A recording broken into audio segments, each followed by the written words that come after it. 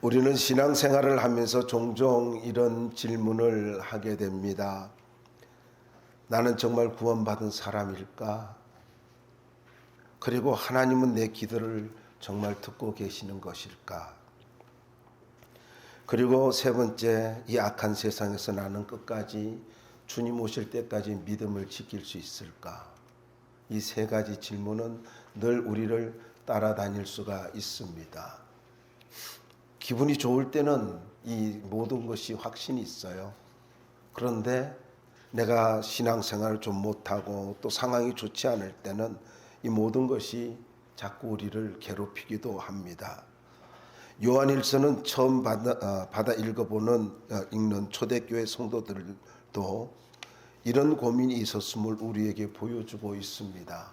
당시 초대교회 안에는 영지주의자들의 영향을 받은 거짓 교사들이 있었습니다.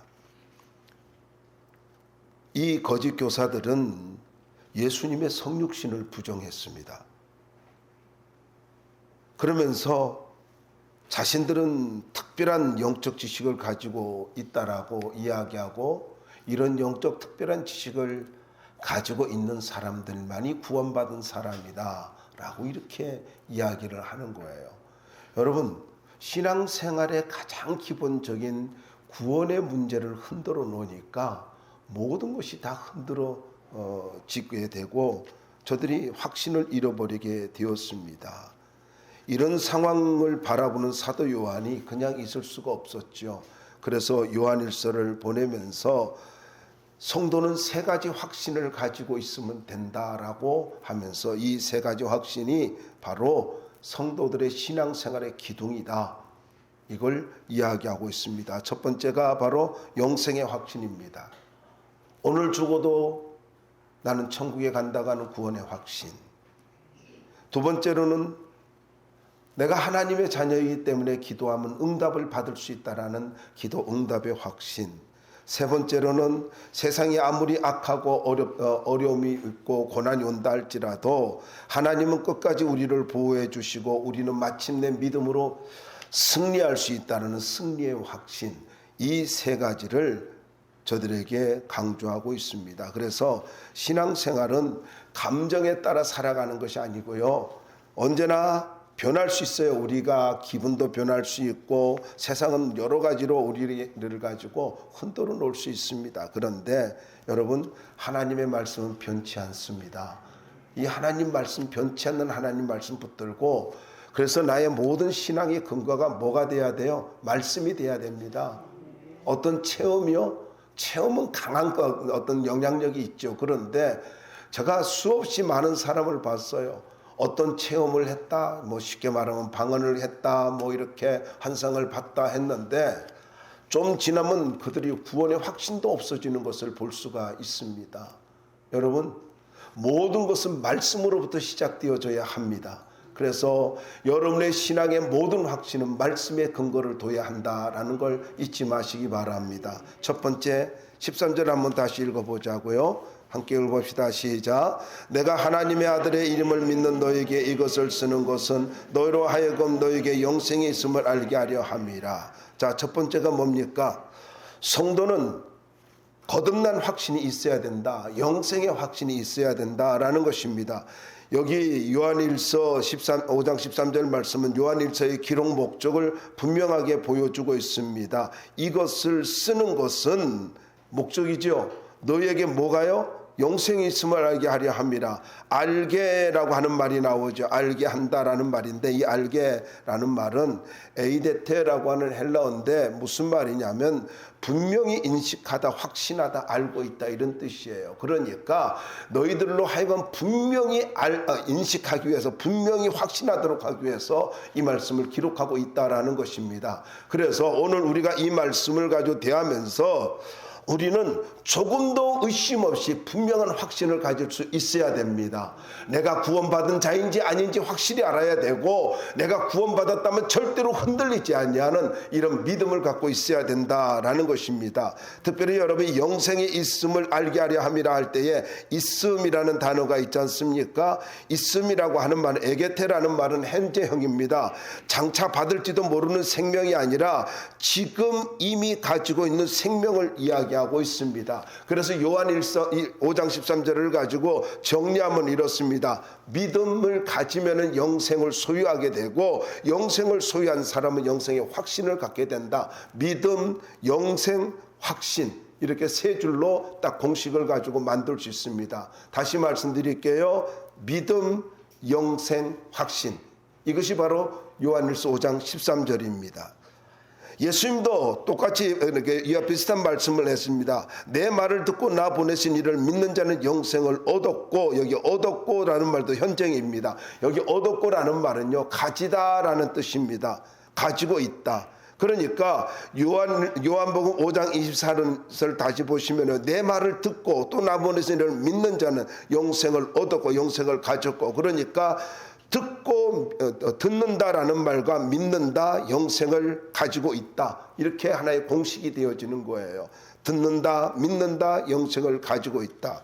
그래서 영생은 죽어서 시작되는 것이 절대로 아닙니다. 영생은 예수님을 믿는 순간부터 하나님의 생명이 시작되어지는 것입니다. 다시 말씀드릴까요? 내가 죽어야 영생을 갖는 것이 아니에요. 내가 예수님의 말씀을 듣고 믿는 순간 내 속에 영생을 소유하게 되어지는 것이고, 이 생명은 계속해서 유지되어지는 것이고, 주님 앞에 서는 그날까지 계속 나에게는 생명이 있다라는 것입니다. 그래서 성도는 느낌도 어떤 상황도 아니라 하나님의 말씀 때문에 구원의 확신을 갖게 되는 것이다 라는 것입니다. 오늘 기분이 좋다고 내가 11조를 했고 내가 또 헌신을 했고 그래서 구원의 확신이 있는 거 아니에요. 내가 좀 어려움이 있고 그래서 구원의 확신이 흔들리고 낙심했다고 해서 구원을 잃어버린 것 같고, 아주 극단적으로 표현할까요? 내가 주일 성수를 하지 않았어요. 물론 그건 하나님 앞에 불충한 일이죠. 그렇다고 해서 구원을 잃어버리는 거 아니에요. 어떤 분은 그러더라고요. 11조 하지 않으면 구원받은 것이 아니라고요. 성경에 어디에도 없어요. 어디에도 없어요. 여러분, 구원이라고 하는 것은 나의 어떠한 노력이나 나의 어떤 헌신으로 이루어지는 것이 아니라 오직 믿음으로 이루어지는 은혜입니다. 오직 믿음으로 이루어지는 은혜예요. 그래서 구원은 감정과 상황이 아니라 예수님의 십자가와 하나님의 말씀에 근거한 확신이라는 것입니다. 그래서 저는 여러분들에게 도전을 드리고 싶습니다. 여러분이 정말 구원받은 하나님의 자녀입니까? 그 근거가 무엇입니까? 십자가여야 됩니다. 그 근거가 무엇입니까? 오늘 여기 있는 말씀입니다. 아들이 있는 자에는 생명이 있고 하나님의 아들이 없는 자에는 생명이 없느니라. 내 안에 예수 그리스도가 계시음으로 인해서 구원의 확신이 있어야 된다라는 것입니다. 그리고 더 나아가서 그럼 이걸 어떻게 알 수 있어요? 내가 구원받은 자인 걸 어떻게 알 수 있느냐? 영생의 확신은 현재의 삶의 변화를 일으킵니다. 여러분, 내가 구원받은 하나님의 자녀로서 거듭난 생명을 가지고 있다면 생명은 변합니다. 잊지 마세요. 생명은 변합니다. 믿음은 변화예요. 믿음은요, 옛생활로 돌아가는 것도 아니고 태보도 아니에요. 믿음은 정체가 아닙니다. 여러분, 믿음은 정체되면 썩어버립니다. 부패합니다. 구원의 확신을 가진 사람은 죽음 앞에서도 무너지지 않는 사람입니다. 세상은 죽음을 인생의 끝이라고 생각하지만은 성도의 죽음이라고 하는 것은 끝이 아니라 하나님 앞에서 새로운 시작인 것입니다. 새로운 삶의 시작인 거예요. 그래서 요한복음 11장 25절 26절 말씀에 보면 예수님도 이렇게 말씀하고 있습니다. 예수께서 이르시되 나는 부활이요 생명이니 나를 믿는 자는 죽어도 살겠고 무릇 살아서 나를 믿는 자는 영원히 죽지 아니하리니 네가 이것을 믿느냐? 주여 그러하여다. 그렇게 대답하잖아요. 이걸 사도 바울은 다르게 표현하고 있어요. 고린도후서 5장 17절에 그런즉 누구든지 그리스도 안에 있으면 새로운 피조물이라 이전 것은 지나갔으니 보라 새 것이 되었도다. 내가 예수를 믿는다는 것, 구원을 받았다는 걸 뭘 알 수 있어요? 내가 새 것이 되었기 때문에 새로운 삶이 시작되어져야 된다라는 거예요. 그래서 그 사람이 구원을 받고 교회를 다니지 않은, 구원을 받았는데 예배를 드리지 않는다, 구원을 받았는데 삶이 변화되지 않는다, 이거는 구원이라고 이야기가 어렵다는 거예요. 잘 기억하세요. 구원은요, 철저한 변화입니다. 구원은 변화예요. 어떻게 여러분, 그 저주에서 벗어난 하나님의 자녀가 변화되지 않을 수 있다는 이야기입니까? 구원은 변화예요. 다르게 이야기할까요? 나를 구원해 주신 그 십자가가 그렇게 약한 겁니까? 나를 구원해 주신 십자가의 능력이 그렇게 무능한 겁니까? 아니, 저 지옥에서부터 건져준 생명의 능력이 그렇게 약한 거예요? 그러므로 여러분, 종교 생활을 하지 마십시오. 구원받은 하나님의 자녀라고 한다면은 변화된 삶을 살아가야 된다라는 것을 잊지 말아야 됩니다. 변화된 삶을 살아야 돼요. 그래서 고린도서 4장 16절에 사도 바울이 이렇게 말합니다. 그러므로 우리가 낙심하지 아니하느니 우리의 겉사람은 낡아지나 우리의 속사람은 날로 새로워지도다. 이게 사도 바울의 고백이에요. 자기는 늙어가지만 속사람은 날로 새로워진다라고 고백하고 있습니다. 여러분들에게 강력하게 말씀을 드리고 싶습니다. 세월 속에 육신은 늙어간다 할지라도 여러분의 영은 살아나기를 바랍니다. 여러분의 속사람은 날로 젊어지길 바라고, 여러분의 속사람은 날로 강건해지기를 바랍니다. 그래서 나이가 많아갈수록, 나이가 들어갈수록 신앙은 뭐냐 하면은요, 예수님을 닮아가는 아름다운 인격이 나와야 되는 거예요. 예수님을 닮아갈수록 권사님이 되어가지고 여전히 쌍욕을 하고 여전히 하나님 앞에서 부끄러운 삶을 살아간다면은, 미안해요, 말이 좀 셌어요, 하다 보니까. 왜냐하면 어느 권사님이 생각나서 그랬어요. 그 권사님이요, 욕을 진짜 잘해요.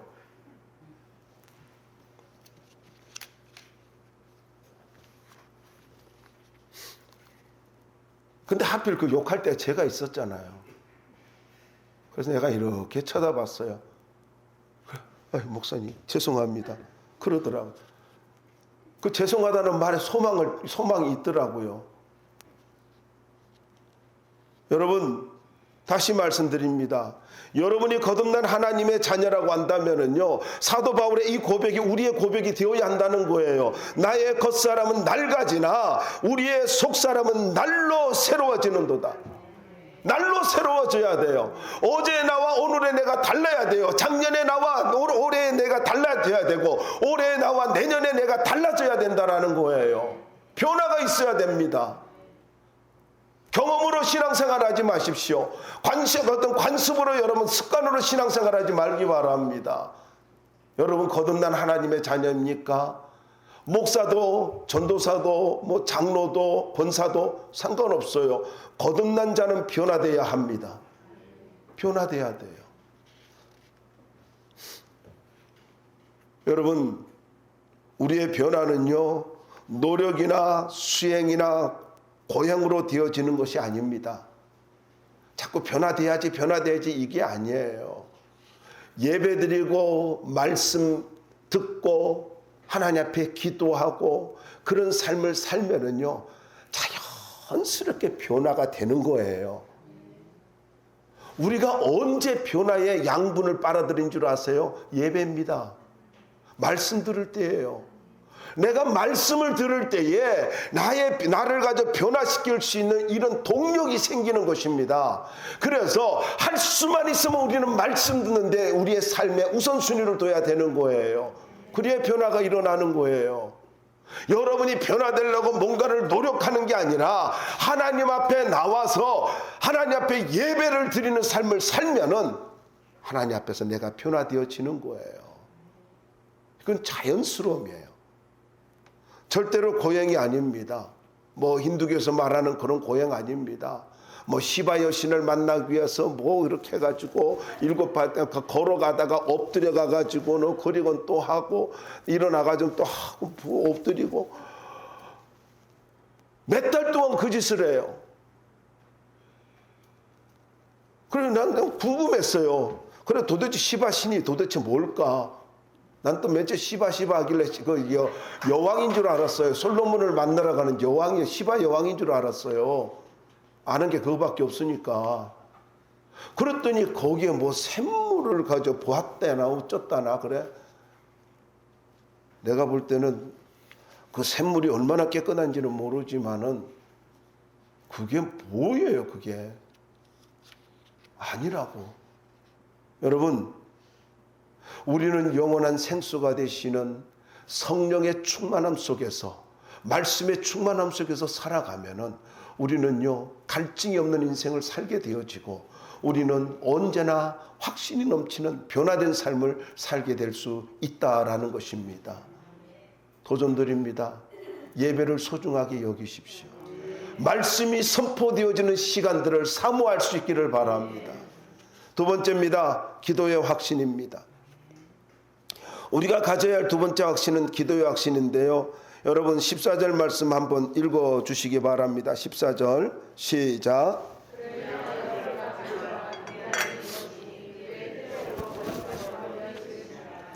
자, 이제 사도 요한은 영생의 확신을 가진 자에게 두 번째로 강조하고 있는 것이 뭐냐면은 너희들이 구원의 확신이 있어 하나님의 자녀야 그러면은 이제부터는 기도의 확신을 갖고 살아야 돼. 이걸 말씀하고 있는 것입니다.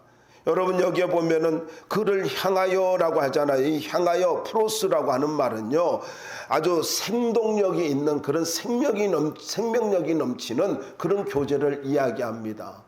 향하여라는 말은 그냥 바라본다, 방향을 전환했다 이런 게 아니에요.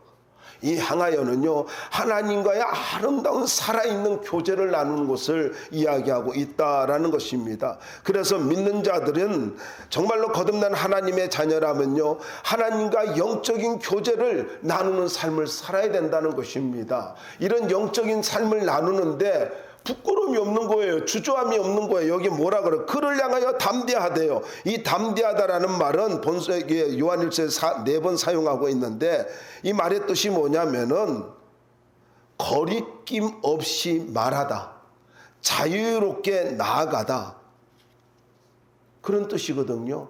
그러니까 기도라고 하는 것이 무엇이냐면은 하나님과 아름다운 교제를 나누기 위해서 하나님 앞에 나아가는데, 그런데 하나님 앞에 나아가는데 거리낌이 없는 거예요. 거리낌 없이 나아가지고 하나님께 가서 하나님 앞에 말하고 자유롭게 하나님 앞에 말하면서 교제를 하는 거예요. 이게 담대함이에요.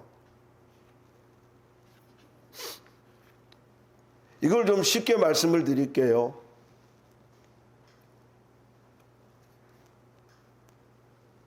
어린아이가 아빠한테 올 때에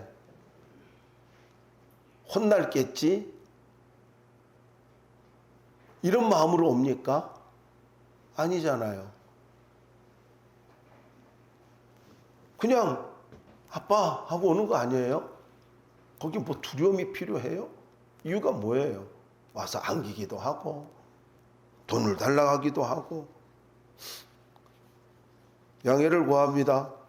저는 요즘 우리 유준이를 보면서 가끔 시험이 들어요. 엄청 시험 들어요, 제가. 아니, 어저께 말이죠. 할아버지 왔다 하니까요, 나를 가리키면서 뭐하고 와요. 그래서 내가 얼마나 기분이 좋은지요. 그래, 유준아. 그랬더니 싹 돌아서 지 할머니한테 가더라고. 아니, 나를 가르치기나 말지. 손가락으로 이렇게 하면서 오더니만은 지 할머니한테 쏙 가더라고. 바로 그 자리에서 내가 시험 들었잖아요. 근데 할머니한테 쑥 가가지고 그렇게 편안하게 있어요. 여러분, 그 아이의 자유함은 할머니잖아요. 그런데 더 좋아하는 게 엄마잖아요. 엄마한테 가는데 무슨 거리낌이 있어요? 없잖아요. 그런 거예요. 여러분, 우리는 하나님 앞에 나아가는데 자유함이 있어요. 이 자유함 갖고 뭐 해야 됩니까? 기도해야 되는 거예요. 여러분, 우리가 하나님 앞에 나아갈 때 자유함은요, 나의 능력도 아니고 나의 자격도 아닙니다. 오직 예수님의 십자가 때문입니다. 십자가를 통해서 우리의 모든 죄와 저주를 다 끊어놓으셨잖아요. 이거 몰라요? 이거 모르는 성도 있습니까? 없지 않습니까? 그런데 내가 하나님 앞에서 독백하는 것이 기도가 아니잖아요. 근데 혼자서 독백하고 그러다가 그냥 허무하게 돌아서는 거, 확신없이 돌아서는 거, 이게 기도인가요? 여러분, 기도는요 개인의 독백이 아니에요. 하나님과 친밀한 교제라고요. 내가 하나님 앞에 나아가서 기도하면 하나님이 나의 기도 반드시 들어주신다고 하는 확신이라고요. 기도는 교제고 확신입니다. 이게 있잖아요. 그럼 우리 어떻게 해야 돼요? 기도해야 된다고요. 아니, 내가 예수 안에서 무한한 가능성을 가지고 보장을 받았는데 기도하지 않는다는 것은 너무나 어리석은 삶이 아닙니까? 생각해 보십시오. 하나님 앞에 눈물을 흘리며 기도할 때 있지 않습니까? 정말로 답답해가지고 괴로워서 기도할 때가 있지 않습니까? 정말로 하나님 내 기도 들어주시나요? 언제까지 내 기도 안 들어주실까요? 아무도 없는 곳에서 홀로 눈물을 흘리면서 기도했을 때에 하나님은 나의 눈물을 보았고 내 기도를 들었노라고 말씀해 주지 않습니까? 이게 시편에 수없이 나오지 않습니까? 시편 77편 1절에는 제가 좋아하는 말씀인데, 내가 내 음성으로 하나님께 부르짖으리니 내 음성으로 하나님께 부르짖으면 내게 귀를 기울이시리로다. 여러분, 하나님은 내 목소리 듣기를 원하십니다. 히스기야가 참으로 절망의 순간에 절망의 소리를 듣고 벽을 향하여서 통곡하며 기도하였을 때에 하나님께서 이사야 선지자를 통해서 들려준 말씀이 무엇입니까? 내가 내 기도를 들었고 내 눈물을 보았노라. 이거지 않습니까? 여러분, 히스기야가 다른 거 안 했어요. 벽을 향하여서 내가 지금까지 주님 섬긴 거 그거 좀 기억해 주세요. 그러면서 눈물 뿌리며 기도하였을 때 아무도 안 봤어요. 오로지 벽을 향해서 눈을 감고 하나님 앞에 눈물로 기도했을 때 하나님이 외쳐준 음성이 무엇입니까? 내가 내 기도를 들었고 내 눈물을 보았노라. 그래서 제가 성경 찾아봤잖아요. 눈물이 먼저 아닐까? 그래 찾아봤더니 기도를 들었고 눈물을 보았대요. 그게 너무 은혜가 돼요. 우리는 뭐부터 해요? 여자들이 막 울면 어때? 아내가 울면은요, 아이가 울면요, 아이 어느 날인가요? 양해를 또 한번 구할게요. 아니, 가족톡에 사진이 올랐는데 샤론이가 막 울면 그렇게 슬픈 얼굴로 우는 거를 올려놨어요. 놀래가지고, 야 뭐냐? 뭐 때문에 울었어? 그럼 뭐 때문에? 들어줘라. 아니, 그게 그렇게 못 들어줄 리? 애 울리지 말고 얼른 울어. 슬픈 얼굴 해도요, 내가 그거 사진 저장해놨잖아요. 여러분, 아니 손주도 그렇게 우는 걸 가지고 못 견디는데 우리가 눈물을 흘리며 기도하면 하나님이요 어떨 것 같아요? 저 할아버지 마음보다 더할 거 아닙니까? 여러분, 눈물의 기도는 공짜가 없습니다. 잊지 마세요. 여러분의 눈물의 기도는 하나님이 절대로 외면하지 않습니다. 하나님께서 분명히 말씀합니다. 내 기도를 들었고 내 눈물을 보았노라. 하나님은 내 목소리를 기다리십니다. 여러분, 사람들에게 아무에게나 말 못할 문제라도 하나님께 가지고 가면은 하나님은 나의 모든 기도 들어주십니다. 그런데 14절 하반절과 15절 말씀을 보면은 기도의 확신은 내 뜻이 아니라 하나님의 뜻을 구하는 것임을 볼 수가 있습니다. 14절 말씀 볼까요? 그의 뜻대로 무엇을 구하면 들으심이라. 그의 뜻대로 무엇을 구하면 들으심이라. 15절입니다. 우리가 무엇이든지 구하는 바를 들으시는 줄을 확신한 즉 우리가 그에게 구하는 것을 얻은 줄을 또한 아느니라. 확신한다라는 것입니다. 여러분, 기도 응답의 확신을 지금 이야기하고 있는데, 기도는 내 뜻을 관철시키는 것이 아니라 하나님의 뜻을 구하는 것입니다. 더 나아가서 여러분, 내가 원하는 것을 무조건 들어주는 것은 아니고요, 하나님께서 가장 기뻐하시는 선한 뜻을 구할 때에 하나님은 나에게 가장 좋은 시간에 가장 합당하고 가장 좋은 것으로, 최고의 좋은 것으로 우리에게 응답해 주십니다. 지난번에 말씀드렸잖아요. 하나님의 침묵은 끝이 아니라요, 하나님의 침묵은 여전히 하나님이 일하고 계심을 보여주는 것입니다. 그래서 여러분, 저는 이렇게 말씀하고 싶어요. 침묵도 하나님의 응답이다. 부모는 아이에게 좋은 것과 나쁜 것을 구분하여 주지 않습니까? 언제 필요한지를 알지 않습니까? 그래서 다시 말씀드릴게요. 가장 좋은 시간에 가장 좋은 것으로 응답해 주시는 하나님, 그 하나님을 신뢰할 수 있기를 바랍니다. 여기 구한다라는 말이 있잖아요. 구한 그것을 얻은 줄을 또한 아느니라. 여기 보면요, 지금 여기 구한 그것을 얻은 줄을 또한 아느니라. 지금 응답했다는 말 아니죠. 앞으로 응답할 거라는 것을 믿었다는 이야기잖아요. 그래서 지금 응답이 없다고 해서 여러분, 하나님 응답 안 하는 것이 아니라 기도의 효력은 계속해서 발생되고 있다라는 거예요. 안즉 아느니라 이 말이죠. 이거는요, 확신입니다. 기도했습니까? 응답에 대한 확신을 가지시길 바랍니다. 그리고 16절 말씀에 보면 중보기도의 확신을 가져야 하는 것을 보여주고 있습니다. 16절 한번 읽어볼까요? 읽어주시기 바랍니다. 시작.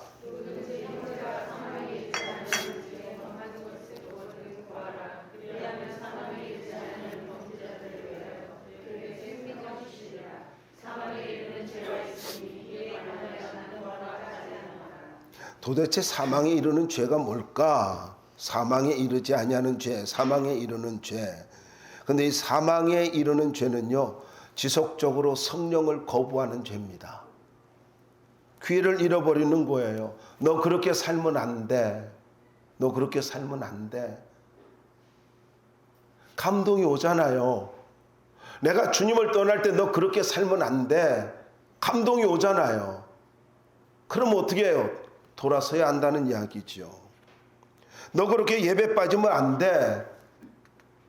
너 자꾸 믿음 잃어버리면 안 돼. 감동이 오잖아요. 성령의 감동이 올 때에 이걸 거부하면은 결국 사망이 뭐예요? 심판이잖아요. 저는 이 사망을 가지고 뭐 지옥이라고도 이야기하고 할 수도 있겠습니다. 저는 이렇게도 좀 해석을 합니다. 모든 것을 끝낸다는 겁니다. 더 이상 쓰지 않는다는 거예요. 두 번째로 사망에 이르는 죄는 회개하지 않는 완고한 불신앙입니다. 자꾸 고집 피우는 거예요. 주변에서 이야기해. 너 그렇게 하면 안 돼 할 때 내 마음대로 할 테니까 내비두라고. 나 건들지 말라고.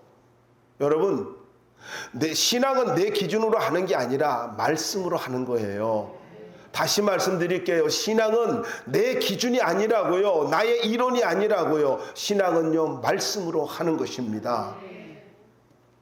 이거 잊지 말아야 돼요. 세 번째입니다. 하나님께서 육체적 심판을 내리는 죄를 말합니다. 그래서 부끄러운 구원받게도 만들지요. 육신은 멸하고 그 영은 구원받게 하려 함이라고. 여러분, 회개를 거부하는 완악함은 얼마나 심각하는가. 내 인생과 사명을 끝나게 만들어요. 그래서 저는 이렇게 강력하게 말씀드리고 싶습니다. 하나님은 회개하는 자에게 은혜를 주십니다. 회개하는 자에게. 17절 말씀 한번 읽어봅시다. 17절 한번 읽어볼까요? 시작. 자, 불의라고 하는 말은 옳지 못한 행실, 의롭지 못한 행실을 이야기하고 있습니다. 그러니까 사도 요한은 하나님 말씀 앞에 어긋난 그런 삶을 살면 안 되고, 하나님 앞에 어긋난 삶을 살면은 어느 누구도 예외 없이 모두 다 하나님의 심판을 받을 수밖에 없다. 그걸 지금 강조하고 있는 것입니다. 그런데 바로 이런 사람들을 위해서 뭐 하라고요? 우리가 해야 할 일은 정죄가 아니라 중보 기도라는 거예요. 중보기도예요. 우리 알잖아요. 저렇게 살다가 한번 크게 당할 것 같다 느끼잖아요. 그러면 우리 뭐 해야 돼요? 원래 저 인간 그래 그렇게 하지 말고요. 우리 뭐 해줘야 돼요? 중보기도 해주셔야 됩니다. 하나님 깨닫고 돌아서게 해주십시오. 깨닫게 돌아서게 해주십시오. 그러면은 하나님의 은혜가 있다라는 것입니다. 다시 말씀드릴게요. 하나님은 중보기도하는 자의 기도를 통해서 역사하십니다. 마지막 세 번째입니다. 보호와 승리의 확신입니다. 18절 말씀 읽어봅시다. 함께 읽어볼까요? 시작.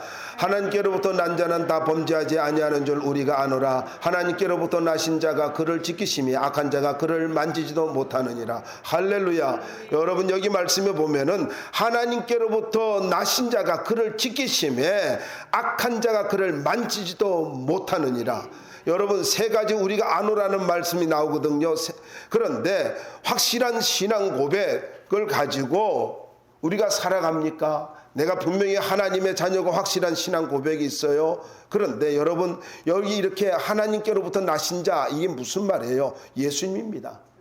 예수님께서 거듭난 여기 하나님께로부터 난 자는 다 범죄하지 아니한 줄을 우리가 아노라. 왜 거듭난 자가 죄를 짓지 않느냐? 하나님께로부터 나신 자가 그를 지키심에 악한 자가 그를 만지지도 못한다. 악한 자가 뭐예요? 사단이잖아요.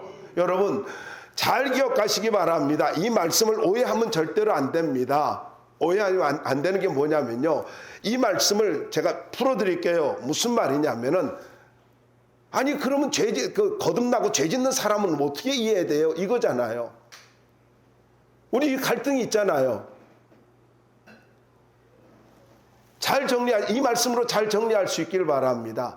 내가 구원받아서 하나님의 자녀가 되면은 내 안에 성령이 계시고 예수님께서 나를 지켜 보호하여 주십니다. 그러면은 어느 누구도 건드리지 못해요. 갈등이 오죠. 그런데 왜 자꾸 어떤 사람은 죄를 짓느냐는 거예요. 왜 마귀의 도구가 되느냐는 거예요. 이게 뭐냐면은 하나님이 나를 가지고 지켜주시고 있는데 내가 생각으로 하나님 앞에 내가 범죄함으로 내 삶이 하나님 앞에 올바르지 못함으로 인해서 마귀를 불러들이는 거예요. 여러분 한번 잘 보세요. 가룟 유다를 가지고 마귀가 끌고 다녔어요? 아니잖아요. 끌고 다닌 게 아니라 그에게 생각을 집어넣었잖아요. 자꾸 부정적인 행동을 하니까 부정적인 마음을 가지니까 안 좋은 생각을 집어넣어버렸잖아요. 예수를 팔 생각을 집어넣었잖아요. 그러니까 그가 어떻게 됐어요? 마귀의 도구가 되는 거예요. 잊지 마세요. 여러분의 생각도 여러분 성령으로 차단하시고 말씀으로 차단하시기 바랍니다. 마귀가 나를 건드리지 못해요. 그런데 내가 불러들이는 거예요. 내가 용납하는 거라고.